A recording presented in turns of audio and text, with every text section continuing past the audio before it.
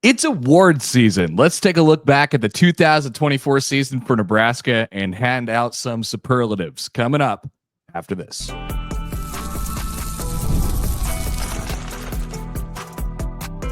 You are Locked On Nebraska, your daily Nebraska Cornhuskers podcast, part of the Locked On Podcast Network, your team every day. Morning. Thanks for making Locked On Nebraska your first listen every day. We are free and available wherever you get your podcasts and on YouTube, part of the Locked On Podcast Network, your team every day. And today's episode is brought to you by Game Time. Download the Game Time app, create an account, and use the code LOCKEDONCollege for $20 off your first purchase.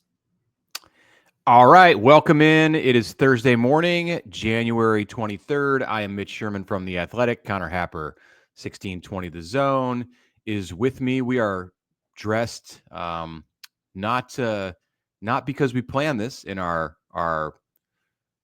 black. If you're watching on YouTube, Connor, we matched today. It's a black, not a black tie affair, but a black shirt affair.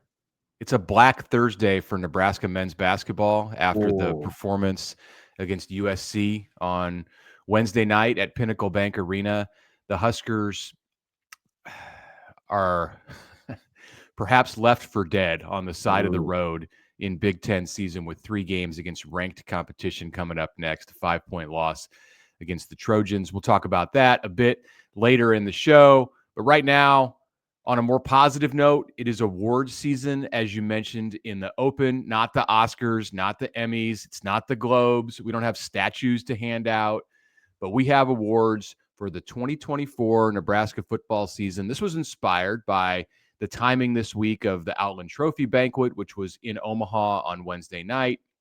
We talked Wednesday on the show about my visit with Charlie McBride. He was there. Tom Osborne was there. Troy Dannon was there. Matt Rhule was not there. He was out recruiting, busy. John Bullock was there to receive an award, as I believe he got the Native Son Award, or perhaps that went to Isaac Gifford. One of those two got the Native Son Award. They are both native sons of Nebraska, both deserving. They both received awards. John was the only Nebraska senior in attendance. The others are off training and getting ready for their pro days, or likely in the case of Ty Robinson, a trip to the combine. So we have awards that are much more innovative and creative than what Nebraska handed out, what the Outland Banquet Committee handed out on Wednesday night. And let's just get into it because we got a lot to do. So we'll start with an easy one. The best game of the year in the 2024 season. Connor, can you do the honors, please? Yes, the best game of the year 2024 season is it was a layup this year. That would belong to Nebraska against Colorado. I don't think there's any surprise when the committee had their intense debate about which game they'd pick for this award. They didn't really have much of a debate. It was the Colorado game. Nebraska played better than they probably would the entire rest of the season. Maybe sans one more game, which might win an award today. And it was a momentous win. Like it was everything. Nebraska put so much into it. They had lost to Colorado 3 straight times. You had them at home. It's Deion Sanders, like all of these things. Nebraska absolutely jumped them and blitzed them. And it ended up being a almost completely euphoric night, aside from the second half being a little clunky. But people stormed the field. I had forgotten until I was looking at the pictures today, Mitch. Like, yeah, they stormed the field, and everybody was really happy. And there was a huge celebration afterwards. Feels like it was a long, long time ago, but that was the best game of the season, certainly. 28-10 Nebraska victory. The build up in the first half was really unmatched in what we saw for the remainder of the season. I don't know that Nebraska would draw it up like that if it could play the season out again, where you had that kind of a peak on September 7th, but that's what it was, and it gets the honor for the best game of the year. Give us the next one. All right. Our best team moment. Best team moment. Mitch, do the honors. Open the envelope, please. And the award goes to beating Wisconsin. Nebraska beat Wisconsin for the first time in, more than a decade at Memorial Stadium on November 23rd. And as a bonus, the Huskers got bowl eligible for the first time since 2016, got to 6 wins on that nice November day at Memorial Stadium. Really, it was somewhat anticlimactic at the end. This wasn't a game that went down to the wire. Nebraska won 44-25. This was the realization of what Nebraska had been lacking all season on offense. It was Dana Holgerson's first home game as the offensive coordinator, and the Huskers took advantage of a wounded Wisconsin team on that day, a Wisconsin team that did not end up going to a bowl game. Nebraska did, as we'll discuss later. That was it was euphoric. It was cathartic when the Huskers all ran on the field at the end, and very celebratory to get to 6 wins after such a long wait. Yeah, I think so too. And having that happen at the end of the year, and trying to carry that momentum into the Iowa game, although didn't get to win against Iowa. That was certainly a moment in the season where you're like, wow, there's that. I mean, that game is a sense of, I think, optimism for people going into 2025. With Dana Holgerson and Dylan Raiola and the offense and all that stuff. That's the game you look to. Absolutely. All right. And it's the only one that Dana had at home, correct? Yes. Yeah, that's right. The best individual moment. Okay. Mm-hmm. So the best individual moment this season belongs to who, Mitch?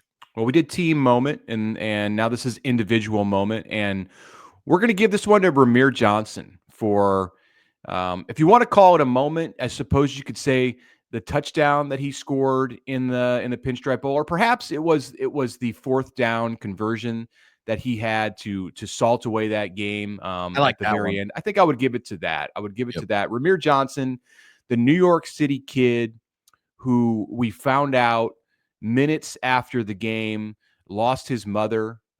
His mother passed away in late October, early November, right around the time of the UCLA game. And Rahmir was a team guy through and through, wanted to spend as much time as he could with the team, while his heart, of course, was back home on the East Coast. And for him to finish his career just miles where he grew up and to be named the MVP of the Pinstripe Bowl was a pretty easy pick as the best individual moment for Nebraska. I think so too, and definitely you go back to the run. He had to break a tackle, he had to kind of run over a guy, and it was 4th down, and they were like, "We're just going to give it to Rahmir. We're just going to roll with it," and it clinched the game for him. And the bowl win ended up being, a more, I don't know, seemingly cathartic experience. You used that word earlier, euphoric, whatever. That seemed to be a more. There was room for plenty of it this year. Yeah. Than I expected it to be. They got a lot out of that at the end, and I think a lot of it was because of the individual moments that Rahmir Johnson had, and because of who Rahmir Johnson has been in the Nebraska program. Not just the personal family tragedy that he endured this year, but also the injuries that he's overcome and the desire to continue with this program. When he's been in school, he's graduated. It would have been easy for him to move on at some point. Players do that, if you haven't noticed, in college football today quite often, and Rahmir stuck with this and got a payoff in the end. Best play or most memorable play or season-defining play, whichever you'd like to call it, Mitch, the honor goes to. Yeah, this is another one that it wasn't a hard one to pick, and this is Tommy Hill's pick 6 against Colorado in the first half, and in fueling the energy inside Memorial Stadium as the Huskers build a 28-0 halftime lead on that September night at Memorial Stadium. So Tommy Hill, after on the first play of the drive, Shadur Sanders drops back to pass. You have John Bullock over the middle doing a nice job on Travis Hunter. Shadur Sanders has to look to his read on the outside, and there's Tommy Hill to jump the route and walk into the end zone. Memorial Stadium got as loud, probably louder in that moment than we heard it at any point this season. Yeah, the only regret, I guess, is that it was he didn't have to run very far for it to, because he could have gone 90 yards. Touchdown, right? Like it could have, excuse me, really swelled to that. The shot or the thing that I remember from that play was the immediate close up afterwards on Shedeur Sanders' face. They just and he was kind of just deer in the headlights, like looking off, like he couldn't believe what he had did. He couldn't believe that he had made that throw, and he couldn't believe that they were, about to get smoked and like all of that. It just felt like Nebraska was all over Colorado in every sense of the word. After that pick six, for sure. I think it spoke to the shell shock that Colorado felt, and the Sanders family in particular felt. We saw a lot of confidence, and I don't think it was fake confidence. I think Colorado thought everything that it learned about Nebraska in Boulder in 2023 had not changed coming into Lincoln, and you could change the venue, you could bring more fans in, you could build it up and hype and talk about it and play the respect card. But I think the Buffs truly came into Memorial Stadium on that day. In a credit to them, believing that they were going to win, and you heard it in Shiloh Sanders' voice in the coin toss before the game when it was caught on video, and he says, what we're about to do to you, we're about to roll you, and and that first half just it was as Nebraska could not have drawn it up any differently from Shiloh. Getting injured on breaking an arm on the run. Fortunately, he was able to come back and play in a few weeks, but that was rough for him to take that hit from Dante Dowdell, and then his brother, the quarterback, future first rounder, Shedeur Sanders, throwing the pick six. So still plenty of awards to give away this evening, including best broadcast call. I wonder which that one that one's going to be. Best Matt Rhule hype speech. We'll take a look at that, and performances from Huey Lewis in the News, and plenty more on this on the show this evening. Thanks for being with us. Back after this. But first, I want to tell you a little bit about our friends from TalkSpace. Therapy is a game changer. They can help manage stress, improve sleep, and communicate more effectively. But finding the right therapist and fitting sessions into a busy schedule, that could be your challenge. That's where TalkSpace comes in. TalkSpace, the leading virtual therapy provider, makes getting the help you need easy, accessible, and affordable. With TalkSpace, signing up is simple. You can match with a licensed therapist who fits your needs. Usually, you could do that within 48 hours, and it's convenient. Sessions from the comfort of your home, and you can even message your therapist in between appointments. Plus, TalkSpace is covered by many insurance plans, and for most insured members, there's a $0 copay. It's never been easier to prioritize your mental health. And so, as a listener of this podcast, you'll get $80 off your first month with TalkSpace when you go to TalkSpace.com/LockedOnCollege and enter the promo code SPACE80. To match with a licensed therapist today, go to TalkSpace.com/LockedOnCollege, enter promo code SPACE80 to get $80 off your first month and show support for the show. Once again, TalkSpace.com/LockedOnCollege, promo code SPACE80.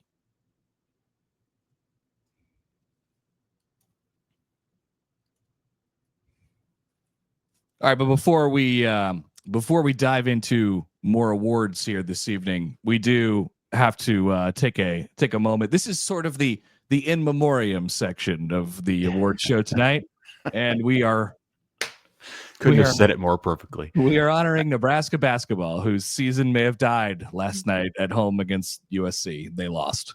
Oof. Usually it's the year before. You're honoring from the year before in January. Yeah. We're getting ahead of it, and we're honoring what is the 2024-2025 Nebraska basketball season. And really, the reason that we feel this way is because of what's next for Nebraska on the schedule. 3 ranked teams in the next 3 games. Nebraska goes to Wisconsin this weekend, comes home against Illinois, and then goes on the road to Oregon. So you're sitting at 2-5 in the conference. 2-6 in the conference after now a 5-game skid. Let's spend about 30 seconds on this. Yeah.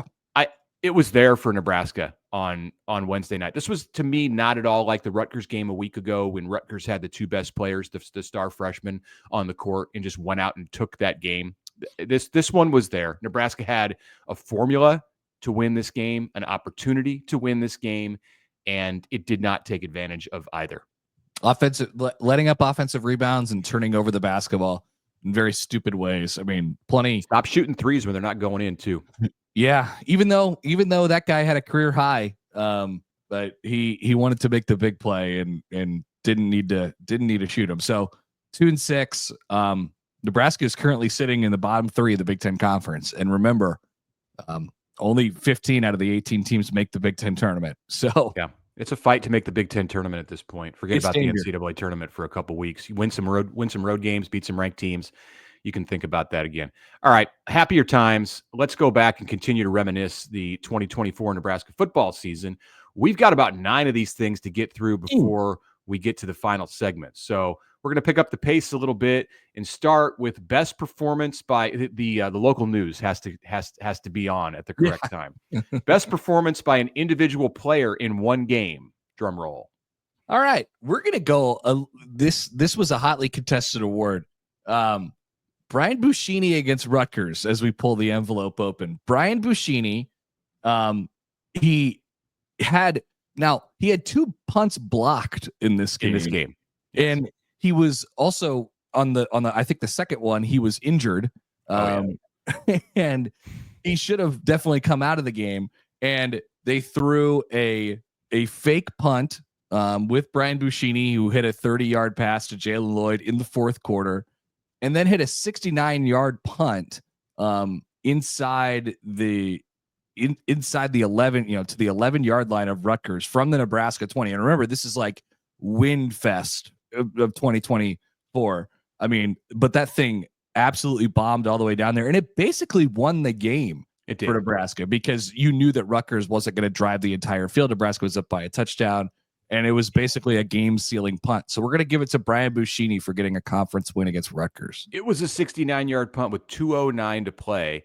And yeah, there was no way Rutgers was going 89 yards with the way that game had gone. So, but the Huskers were backed up, and momentum had turned toward Rutgers. It scored on its previous possession. So, Buschini gets the award for best performance by an individual player in the 2024 Nebraska football season. He may be the one who wants to actually collect his trophy. We'll see the next time we bump into Brian Buschini. All right, best drive of the season for Nebraska.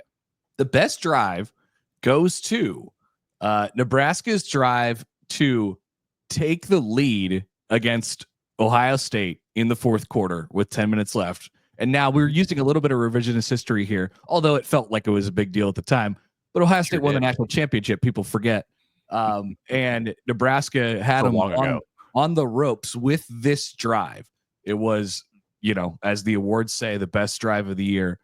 They're down 14-9. And Ohio State had the goal line stand, right? 2 possessions before that. So they go 9 plays, 74 yards. It's crisp, and Dowdell punched it in this time.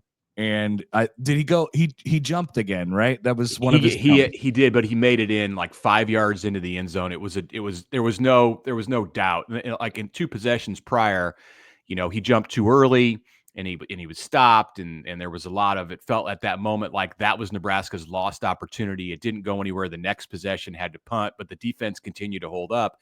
And then here comes the 9-play, 74-yard drive. Dylan Raiola was sharp on that drive, 4 for 5, 53 yards. Fedoni had a big catch, and Dowdell gets in from the 1. And here comes like a comment from the peanut gallery in the press box from the Nebraska administrative crew. And they said, "Oh, did he get in that time?" And Dowdell's like 8 yards deep in the end zone. So a little bit of swag, a little bit of moxie from Nebraska. They were feeling themselves in that moment. And then the 2-point conversion, which sealed it. The little trick play, the inside handoff, front pass. Well, all passes are front, but it was a pass to Nate Borkacher. Gave Nebraska the 17-14 lead with 10 minutes to go. Yeah, it's a great drive. That it deserves this award, and of course, it's who it was against and the circumstances it was in, the venue, everything. Yeah, you're right. Nebraska was feeling itself. Okay, let's go to the best tunnel walk of the year. Who had the most memorable tunnel walk? So I'm going to give it to Terrence Crawford. I'm just going to give it to Bud Crawford. Yeah. There was a lot going on there. going back to the Colorado game on September 7th. So there were two finalists for this award, and this was a late decision.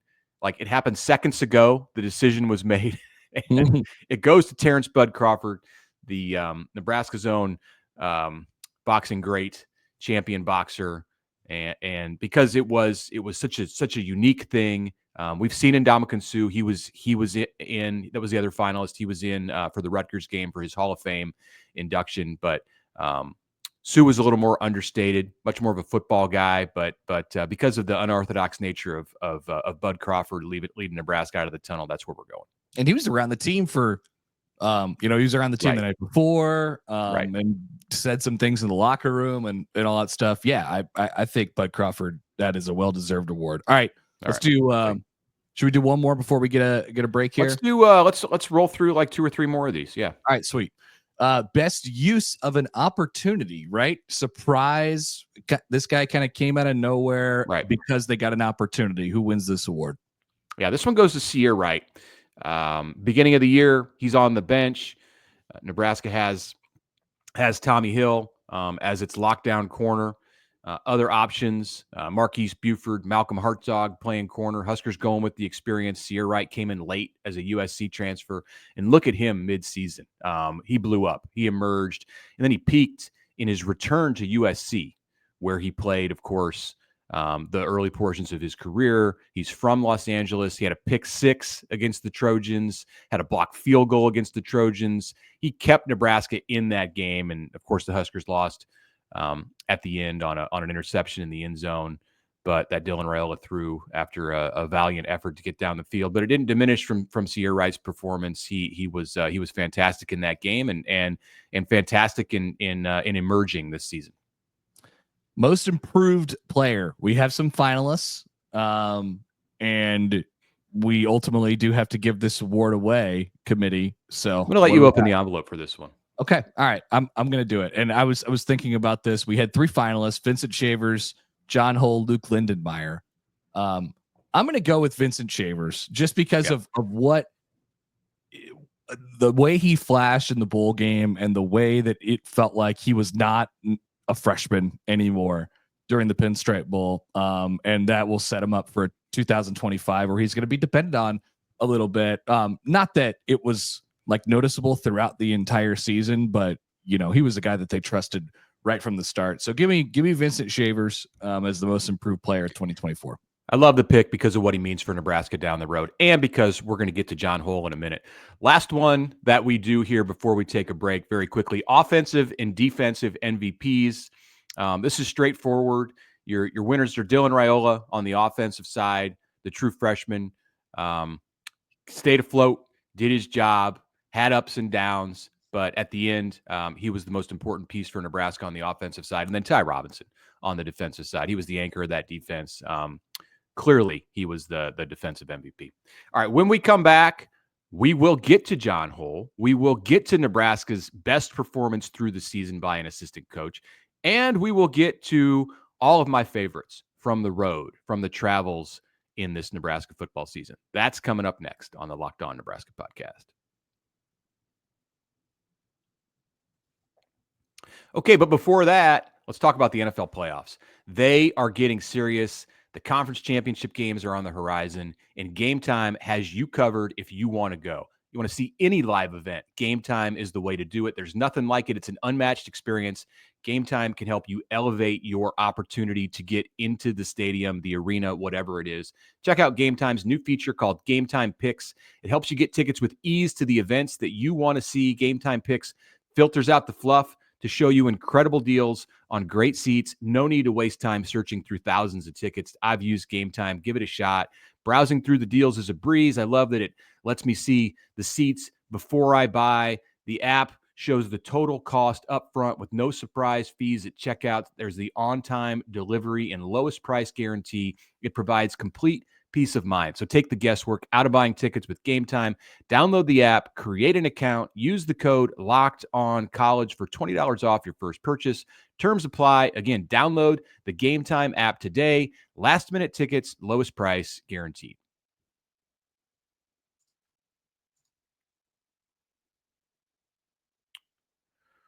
Okay, back with you on this Thursday edition of the Locked On Nebraska podcast. Friday, tomorrow, we're doing our mailbag, end of the week mailbag. Get your questions in, please. Send them to us. We will discuss on the Friday show.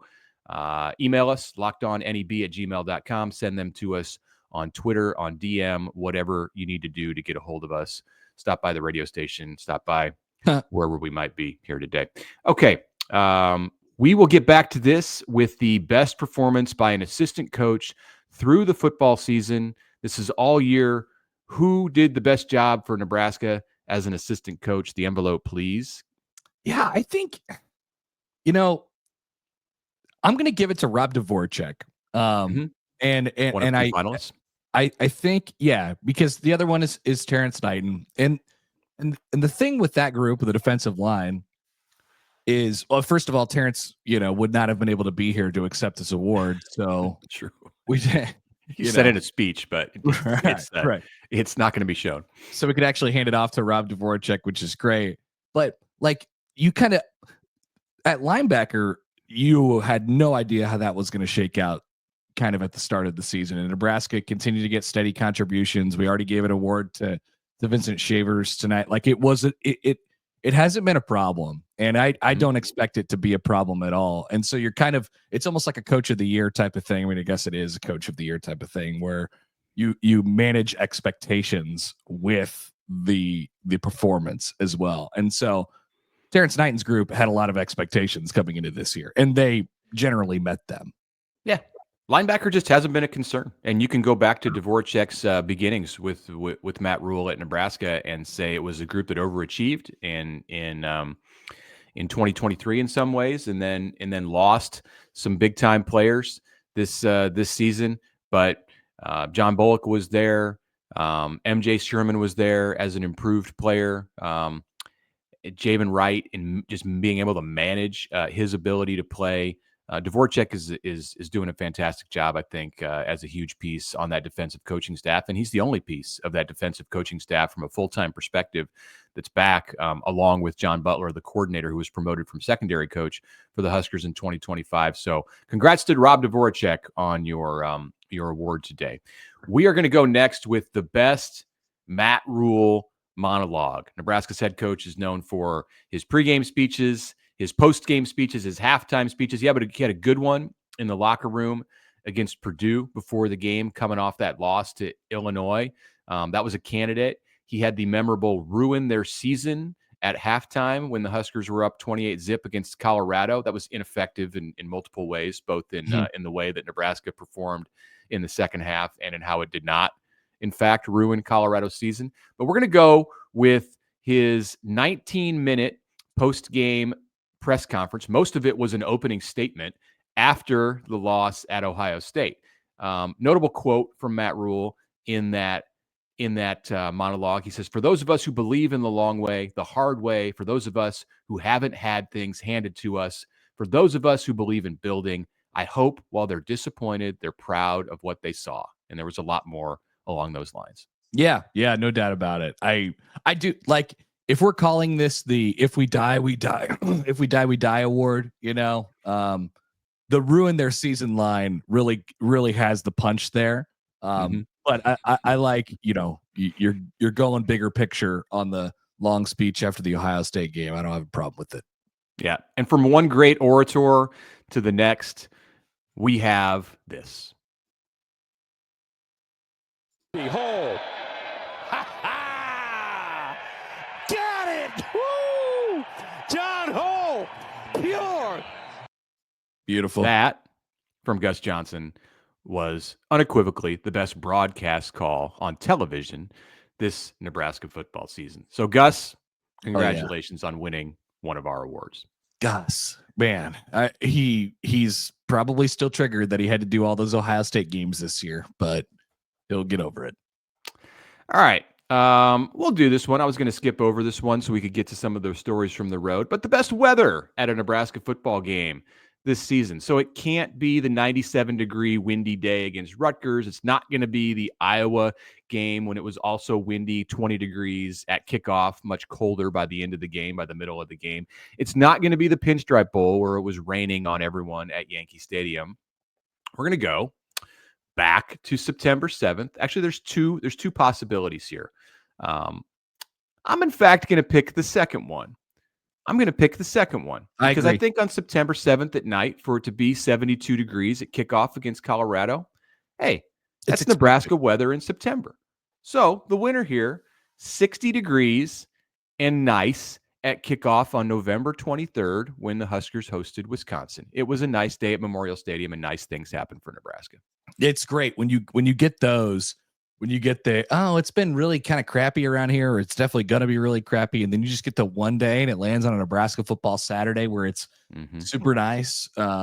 Remember when Matt Rhule visited Nebraska, when Trev Alberts was courting him to be the head coach, it was the nicest November day that I could. Yeah. Like, the Illinois game in 2022. It was incredible weather that day. And so that has an effect, I think, on a lot of things. I agree with the choice. Okay. So we're going to finish the episode with some favorites from the road this season. Connor, I want you to chime in on some of this. These are basically my opinions, but the best venue that Nebraska football visited, there was the Horseshoe, there was Yankee Stadium, there was lots going on. Memorial Stadium in Bloomington, Indiana was a great venue on the day that Nebraska visited it. But the award goes to, I can see your reaction to that. It was a great venue in the sense that the atmosphere and just the Indiana people were into it, man. Like, wow. I'm giving them the credit. Now, Assembly Hall, it didn't stack up to Assembly Hall across the parking lot, but anyway, it's the LA Coliseum. In the LA Coliseum, I'm not talking about environment. The environment was not great at the LA Coliseum, but going to the LA Coliseum for Nebraska to play a game at the Coliseum, historic venue, that gets my choice. That is my choice as the best venue that Nebraska played in. Not Yankee Stadium. Yankee Stadium was fine. It's a baseball venue. Wow, your Royals fandom is showing. How about any good press box food, or night before the game food, or like just general dinner? Like, what was the best meal you experienced this year? Okay, the best meal, this would be in the category of the best night before a game food. This goes to the Hyde Park Steakhouse in downtown Columbus, Ohio. I got the $64 steak au Nicholas, which was a New York strip with cracked peppercorns and cognac bordelaise sauce for a spicy kick. So this was at the invite of local radio host, friend of the show, Chris Schmidt and Elijah Herbal. They offered me a seat at their table the last minute. We've got a spot. You want to come over? I walked from my hotel. I got that steak. I got the side of roasted garlic whipped potatoes. Chris got the the $90 22-ounce porterhouse. We all had some expensive drinks. Wow. The place, Hyde Park, and this was the only time I did anything like this during the football season, where I really went all out on a meal. The place had pieces of meat also named after Ryan Day, Urban Meyer, Kirk Herbstreit, Archie Griffin, and Bernie Kosar, the ex-Miami Hurricanes quarterback who was raised in Ohio and played for the Browns. Yeah. Well, what was the Ryan Day steak like? I could go look at the menu and report back. They were all just like big, there was a filet. There was, like I said, the Nicholas one that I got was a New York strip. There was one of the porterhouse was named after somebody. The Ryan Day steak, it lives to see another day. It will remain on the menu at Hyde Park this year. Okay. So the best press box food. Yeah. The hot dog bar in McDonald's caramel mocha frappes at Ohio State. So I think you can go and be you can try to get fancy with your press box food. Nebraska sometimes falls into this trap. Go with the simple stuff. That's what Ohio State does. The hot dog bar was outstanding. The McDonald's halftime treats were excellent. Honorable mention here goes to Iowa's Thanksgiving leftovers. Hot dog bars just never do it for me. I don't know. I don't know what it is. Like, every time I see a hot dog, like, you get to dress your own hot dog. You get to make it whatever you want it to be. I always think, wow, this could be a lot better. It's because at the end of the day, it's still a hot dog. You could make the best hot dog you've ever made, but it's still a hot dog. Yeah, press box food generally leaves a lot to be desired. So I'm in favor of the simple the simple choices. So the award for best pregame stop goes to Gable's Bagels in Bloomington, Indiana. I was walking around the Indiana campus before going into IU's Memorial Stadium.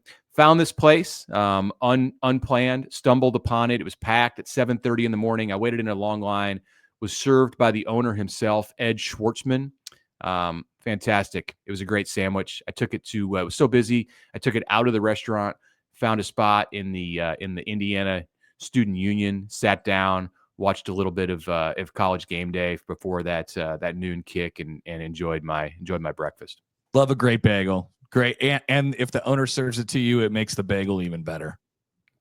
And then finally, Connor, you were aware of this because I shared an image of this with you. The last meal, essentially, of the football season, the best next day food honor goes to the lumberjack sandwich at Daily Provisions in New York City. This was enjoyed by me on the Sunday after Nebraska played in the Pinstripe Bowl. This is a bacon, egg, and cheese sandwich smashed between the two halves of a sliced maple cruller.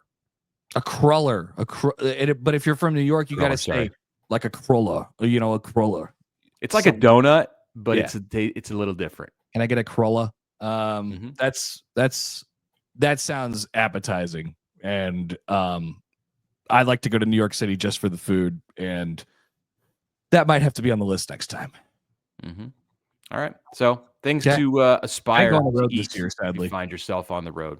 Maybe next year I'll go on the road, and then we'll add mine into this thing. But appreciate you guys listening today. Thanks for making Locked On your first listen. For your second listen, you can check out the Locked On Big Ten podcast. Craig puts the Big Ten first. Find Locked On Big Ten on YouTube or wherever you get your podcasts.